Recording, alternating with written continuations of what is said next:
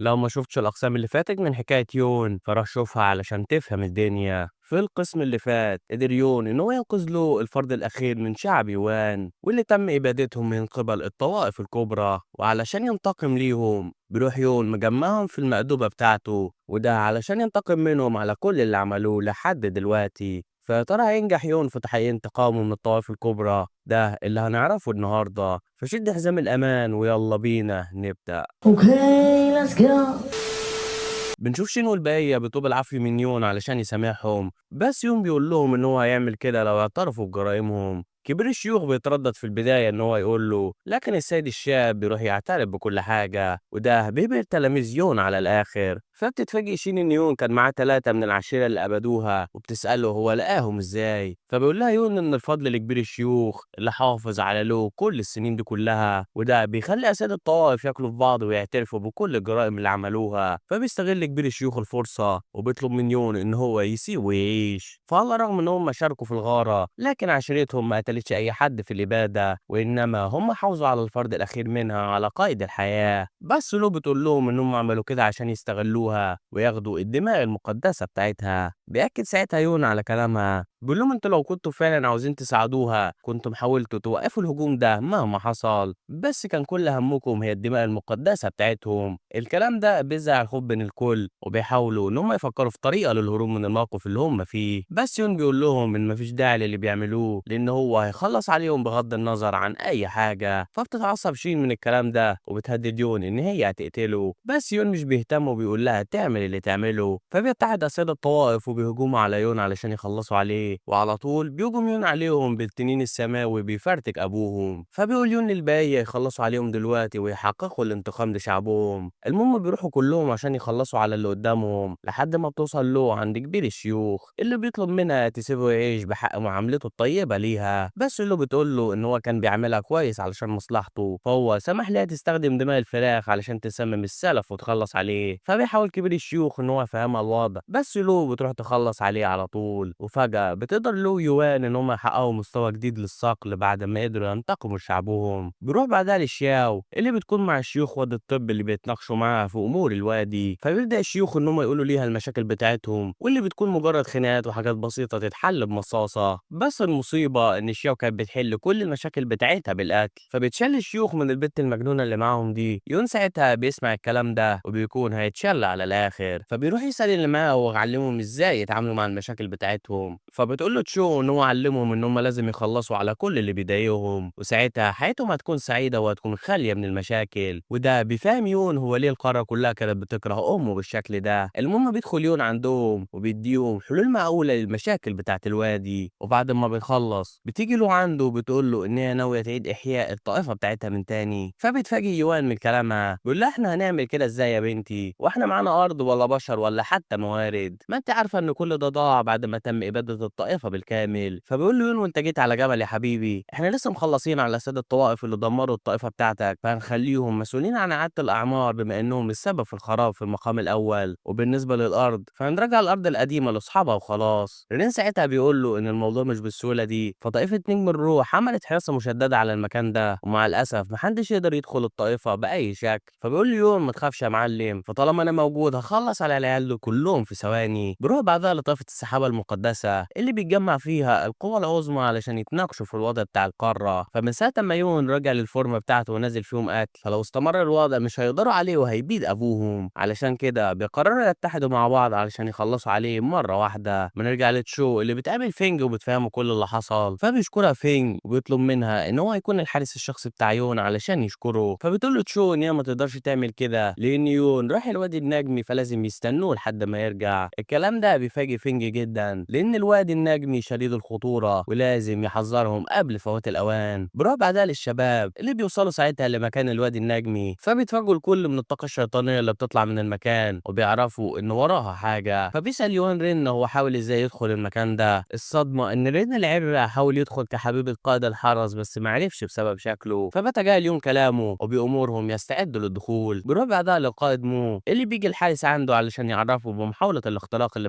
هتحصل. فبيقول له مو يروح يتعامل مع الموضوع بالجيش زي العاده، بس الراجل بيقول له ان مفيش جيش هيقدر يتعامل مع المصيبه اللي حلت على دماغهم. فبيروح مو علشان يشوف الكلام على ايه، وبيتفاجئ ان الرجاله بتوعه اتدشملوا على ايد يون. فبيحاصروا مو بجيشه من جميع النواحي علشان يقتلوا، بس يون ولا فارق معاها العبط ده. بيقول له عاوزك تلم اللي انت عاوزه من الرجاله والسلاح، لان محدش فيهم هيقدر عليا. فبيضحك مو على كلامه، بيقول له انا بعت رساله للسلف وكبار الشيوخ علشان يجوا ويخلصوا عليك دلوقتي، لحد ما بيجي المساعد بتاعه وبيقول له ان السلف وكبار الشيوخ كلهم ماتوا على ايد يون. فبيقول له مو ان هو مستعد يموت وهو بيحاربه على انه يدخله هنا. فبيضحك يون وبيقول له ان هو مستعد يعمل معاه رهان ولو كسب هيسيبه. فبيروح الواد علشان يستعد، بس بيتفاجئ ان يون ظهر من وراه وخلص عليه. الحراس ساعتها بيترعبوا من اللي حصل وبيطلبوا من يون ان هو ما يقتلهمش، بس يون بيقول لهم ان محدش فيهم يستاهل يعيش، فآلة الموت اللي عندهم دي مش بتظهر غير لما يتعمل عندهم ابشع الجرائم. الحارس بيقول له ان ده صحيح، بس هم كانوا بينفذوا الاوامر مش اكتر. والطوائف الكبرى كانت بتخليهم يقدموا قرابين لروح السيف علشان يحصلوا على تقنيات قويه منها، بس في كل مره التكلفه بتزيد وبتبقى اشرس، لحد ما وصلوا لمرحله ان هي ما بقتش بتشبع من اي ضحيه بيقدموها. وفجاه بيظهر الطفل ده عندهم، واللي لما بيشوفهم بيروح يخلص على كل اللي بيقف في طريقه، وبيطلع ان ده تجسيد روح السيف اللي كان في المكان ده. فبعد ما تم اباده طائفه يوان، امر كبار الطوائف ان هم يعملوا جرائم بشعه هنا علشان الروح دي تظهر ويقدروا يستغلوها. ولما عرف الناس بوجودها لزقوا التهمه للامبراطور الشيطاني. فبيقول ليون ان ده مش مهم دلوقتي، ان هو هيخلص على الروح دي النهارده. بتروح بعدها الروح علشان تهجم على يون، بس يون بيقدر يتفادى هجومها بكل سهوله. الحارس بيقول لهم ان الروح دي بتستهدف الاقوى علشان ترفع من قوتها، وده معناه ان هي هتفضل تقاتل يون لحد ما هو يموت، بس هو يقدر يساعدهم في ايقافها لو سابوه يعيش. بنرجع ليون اللي قدر يقطع دراع روح السيف، بس بيتفاجئ ان الدراع بتتجدد بدون اي مشاكل. فبيروح يون يهجم عليها بالنار اللازورديه، واللي بتقدر ان هي تفحمها حرفيا. فبيفهم يون ان النار اللازورديه بتاعته قادره على طرد الارواح الشريره ويقدر يستخدمها في المستقبل. بنروح بعدها لاسلاف السحابه المقدسه اللي بيكونوا وصلوا بالجيش لمكان يون عشان يخلصوا عليه. السلف اللي معاه بتقول له ان هم مستحيل يقدروا على يون بشكل مباشر، علشان كده هي مجهزه ليه مفاجاه خاصه علشان يموت هو وكل اللي معاه. فبينبسط السلف من الكلام ده وبيأمر الجيش بالاستعداد للهجوم. وفجاه بتتحول الشمس للون الاسود وبيبدا مطر غريب ينزل على المكان كله، واللي اول ما بيلمس حد بيروح مقطعه حرفيا. فبيعمل يون درع حوالين الكل وبيبدا يفكر هيعمل ايه. يوان ساعتها بيستغرب من اللي حصل وبيسأل يون على الامطار الغريبه اللي بتنزل على دماغهم دي. فبيقول له رن دي مش امطار عاديه، وانما دي شفرات سحريه بتخلص على كل اللي بيقف قدامها. بيكمل يون وبيقول له ان الشفرات دي اخر همهم، ففي تعويذه انفجار ضخمه على دماغهم، واللي بمجرد ما يخرجوا هتفرتك ابوهم. علشان كده بيبدا يون ان هو يقسم المهام على كل عبال ما يخلص المعركه. بيطلع بعدها يون من الديره وبيدمر التعويذه وشفرات المطر. فبتصدم الاسلاف من قوه يون المرعبه وبيقرروا ان هم يهربوا عشان يجيبوا محاربين اكتر عندهم. بس يون بيوصل وبيكسر دماغهم، بيقول لهم جايبين اتنين عواجيز عشان تتعاملوا مع الامبراطور الشيطاني، يا ترى ده غرور ولا غباء منكم؟ المهم بعد ما بيربطهم يون وبياخدهم عنده، بيبدا يون يفكر هيعمل بيهم ايه. الاسلاف ساعتها بيحاولوا ان هم يفكوا القيود بتاعت يون، بس القيود بتكون قويه جدا وبتخليهم عاجزين عن عمل اي حاجه. المهم بيقول لهم السلف ان هم لازم يحرروهم دلوقتي، فلو عملوا اي حاجه فيهم القاره كلها هتهجم عليهم من بكره. يون بيقول له ايه الجديد يا جدو؟ ما الناس كلها واقفه على بابي بالسكاكين كل يوم. الفكره ان بدل ما اقطعهم زي كل مره، انا بفكر استفاد من الوضع كويس المره دي. بيروح بعدها يون عند رين وبيساله عن ثمن الفديه اللي ممكن ياخدها من البار دول. فبيتفاجئ رين وبيقول له ان حتى هو ما يعرفش، لان ما حدش يقدر يقبض على اتنين من اسلاف الطوائف الكبرى لوكشه واحده كده. فبيقرر ان هو يشوف اغلى حاجه عند الطوائف دي علشان ياخدها مقابل اسلافهم. يون بينبسط من الكلام ده وبيخليه يروح يعمل كده. فبيتعصب السلف ساعتها وبيهجم على يون، بس يون بيروح مديله على دماغه بيرقده. بيوصل بعدها المحاربين عندهم، واللي بيطلع ان هم القلابين اللي كانت هتتقدم للسيف قريب. فبيشكر المحاربين يون على انقاذهم النهارده وبيوعدوه ان هم يعملوا ما في وسعهم علشان ينظفوا سمعته ويظهروا الحقيقه. فبيشكرهم يون على مساعدتهم دي وبيقول لهم ان لو حصل اي حاجه يقدروا يطلبوا مساعدته في اي وقت. بيرجع بعدها يون لمكان الطائفه، وهناك بترحب بيه تشو وبتساله عن الناس اللي معاه دي. فبيقول لها يون ان دول الاسرى بتوعه وهيقعدوا معاه شويه حلوين كده. المهم بتقول للبت اليون ان فينج صحي من فتره وكان عاوز يكلمه ضروري لما يرجع. بيروح بعدها يون عند فينج اللي بيشكره على تحريره من لينج وسيطرتها، وبيطلب منه ان هو يكون الحارس بتاعه. فبيقول له يون ان هو مش محتاج حد يحميه بما ان هو قوي فشخ، بس هو عاوز يعرف ازاي شخص بقوته تحول لدميه. بيقول له فينج ان هو كان في رحله وفي طريقه انقذ لينج بالصدفه، بس المشكله ان البت اول ما شافته اعجبت بيه على الاخر. يوان ساعتها بقى بيفهم بقى القصة. فلما البت اترفضت من لينج راحت عملت عليه سحر وسيطرت عليه. المهم بيقول ليون ان هو يقدر يقعد في الطائفة الشيطانية زي ما هو عايز، ولما هيحتاجه هيخليه يقاتل معاه. فبيشكروا فينج على كلامه وبيوعده ان هو هيعمل اي حاجة علشانه. بروح بعدها للشياو اللي بتكون بتقسم المهام على كبار الشيوخ في الوادي، وعلى الرغم ان كان باين عليهم الطاعة لكن من جواهم كانوا عاوزين يوقعوا الشياو وياخدوا كل حاجة. ساعتها بيجي الواد عندهم وبيقول لهم ان الطاعون الاسود رجع من تاني. بيروح بعدها ليون اللي بيكلم التلاتة في حاجة مهمة، بيقول لهم انتوا الاشخاص اللي هتعملوا اعادة بناء لطائفة السيف السماوي من الصفر، عشان كده لازم اخليكم مستعدين للمهمة الصعبة دي. انا هبدأ اعلمكم في الايام اللي جاية التقنيات هتساعدكم على استرجاع مجد الطائفة من تاني. فبينبسط يوان من الكلام ده وبيطلب منه يعلمه تقنية التنين اللي عملها اخر مرة. بس يون بيقول له ان التقنية دي تعبانة بالمقارنة بالعظمة اللي هيعلمها له قريب. بيسأله يون ساعتها عن مستوى صقله الحالي، فبيقول له الواد ان هو في المستوى التاسع من عالم الداو، وبيطلع ان طائفة السيف السماوي بتملك ميزة خاصة عن غيرها. على عكس المحاربين العاديين، محاربين السيف السماوي ليهم حد معين في الصق، يعني يقدروا يتدربوا لحد معين بس مش هيقدروا يتقدموا بعد كده. بس في المقابل بيحصلوا على قوة جسدية مرعبة تقدر تخليهم يتغلبوا على محاربين اقوى منهم بطبقة كاملة. المهم بيقول لهم يون ان هو هيبدأ في تدريبهم قريب على المهارات بتاعته. بعدها بيدي يوان السلاح الاسطوري اللي معاه، وده بيفاجئ يوان على الاخر، فعمره ما تخيل ان هو هيمسك سلاح بالقوة دي في حياته. يون بيقول له ان دي مجرد البداية، فبعد ما هيتعلم التقنيات بتاعته بشكل كامل هيديله مكافآت افضل وهيساعده في الرفع من قوته. ساعتها بتيجي تشو عندهم وبتقول ليون ان الطاعون الاسود انتشر في الوادي دلوقتي. بنروح بعدها للشياو اللي بتقول للشيوخ انها تخلي المستشفى تستقبل كل الحالات وتعالجهم بالمجان. بس الشيوخ بيقول لها ان الموارد بتاعتهم محدودة واكيد مش هيقدروا يعملوا حاجة بالضخامة دي. بس الشيوخ بتقول لهم ان هي لسه مصممة تنقذ الفقراء. فبيقول لها الشيوخ ان الطريق اللي معاهم صنع صعبه لانه بيحتاج طاقة 3 ايام من صاخر في مستوى نصف سماوي، وده السبب اللي خلص على شيخ وانج بعد ما سالك كل قوته علشان يعمل الطريق ده. وبكده مش هيكون قدامهم حل غير انهم يطلبوا المساعدة من يون. فبتقول لهم شياو ان هي مش هنخلي يون يعمل كده، ان هي هتدور بنفسها على حل لعلاج الناس بدون الطاقة الروحية. فبينبسط الشيوخ من الكلام ده لان عبال ما شياو تلاقي علاج المرض هيزداد في الطائفة، وساعتها هيضطر يون ان هو يستخدم كل قوته علشان ينقذهم، وهنا هيقدروا ينقلبوا عليه. بيوصل بعدها يون لواد الطب بيلاقي فيه الراهب اللي شفناه قبل كده، فبيسأله يون هو بيعمل ايه هنا. الراهب بيقول له ان هو بيحاول يساعد الناس على التخلص من الطاعون الاسود، بس المرض قوي جدا وبالعافية عارفين يوقفوه. فبيقول له يون ان هو هيساعدهم في التعامل مع المرض ده. بنرجع للشياو اللي لقت طريقة علشان تعمل الترياق بنفسها، وده عن طريق دمج اللؤلؤة الشبحية مع مركز صقلها. بس المشكلة ان هي لما هتعمل ترياق الطاقة الشيطانية من اللؤلؤة هتخلص عليها، وبدون تردد بتروح شياو تاخد الحبة علشان تدمجها في جسمها. بعدها بتروح عند يون علشان تشوفه، فبيروح يون يشكرها على المجهود الكبير اللي بذلته علشان تنقذ الناس. الراهب بيقول ان اللي هم بيعملوه بيخفف العرض لكن مش بيحل المشكلة، فلو ما لقيش الطريقة في اسرع وقت ناس كتيرة جدا هتموت. شياو ساعتها بتقول له ان هي لقت الطريقة علشان تعمل الترياق للمرض. بس قبل ما تقول له اي حاجة بيجي واحد من الشيوخ عندهم وبيقول لهم ان جيش الطوائف الكبرى وصل عندهم. بروح بعدها لقائد الطوائف الكبرى اللي بيطلب من تشو ان هي تسلم يون لو عاوزة تعيش، بس تشو بتقول له ان ده مش هيحصل. فبيقول لها الراجل ان يون هيموت النهارده فلازم تسلمه قبل ما يخلص عليها. الكلام ده بيعصب تشو على الاخر وبتروح تطلع التنين بتاعها علشان تجيبه في شوال، بس القائد بيقدر ان هو يدمر التنين بتاعها بكل سهوله. فبيفتكر الكل ان المعركه بقت لصالحهم خلاص، بس ساعتها بيوصل يون وبيخلص على التنين بضربه واحده. الراجل لسه بيكون هيتفاجئ اللي بيلاقي يون مديله بالرجل مكسر بيه المكان. المهم بعد ما بيطمن يون ان تشو كويسه بيروح علشان يشوف الكلاب اللي قدامه دول اللي كان ناوي يخلص منهم بعد ما يخلص موضوع الطاعون ده، بس بما انهم جم للموت برجلهم فمفيش داعي يسيبهم في الدنيا اكتر من كده. وبس دي نهايه الموسم الاول من حكايه يون. الحكايه صغيره عارف بس هي الحلقات قليله معلش. عامه لما تنزل حلقات جديده هنزلها ليكم ان شاء الله، واشوفكم على خير باذن الله.